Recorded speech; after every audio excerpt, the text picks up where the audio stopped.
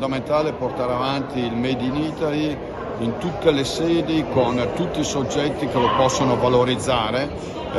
motivo per il quale oggi noi siamo a Marca in un confronto diretto con la distribuzione, con l'industria, per arrivare, diciamo così, a mettere sempre più in evidenza che la ripartizione del valore all'interno della filiera diventa un elemento di interesse sicuramente per l'agricoltura, che è quella che ne ha sempre ricevuto meno, ma anche per l'intera filiera agroalimentare, perché solo in questo modo noi riusciremo a difendere quello che ci ha contraddistinto in tutti questi anni in termini qualitativi. L'abbassamento della qualità, quindi una forma di standardizzazione di quelle che sono le produzioni, rischia gradualmente di far scomparire l'agricoltura italiana, e questo noi non ce lo possiamo assolutamente permettere. Sulla questione latte c'è sicuramente una forma di carattere speculativo attuata da alcuni soggetti a livello europeo, c'è purtroppo una situazione di carattere globale che si è venuta a creare legata, diciamo così, alla svalutazione del dollaro,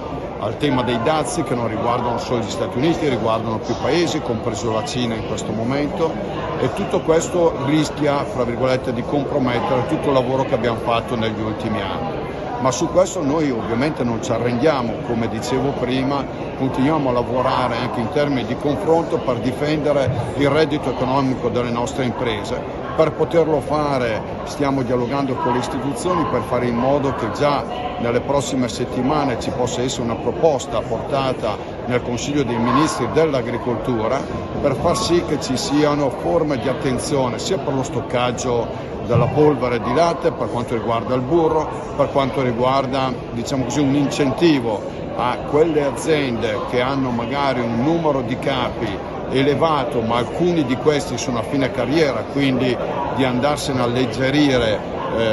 percentualmente in modo da diminuire in parte la produzione, di riportare in equilibrio il mercato e quindi ritornare a far sì che ci sia una giusta certezza da parte dei nostri allevatori non solo di posizionare il latte che producono, ma anche di ritornare a una giusta redditualità riconosciuta.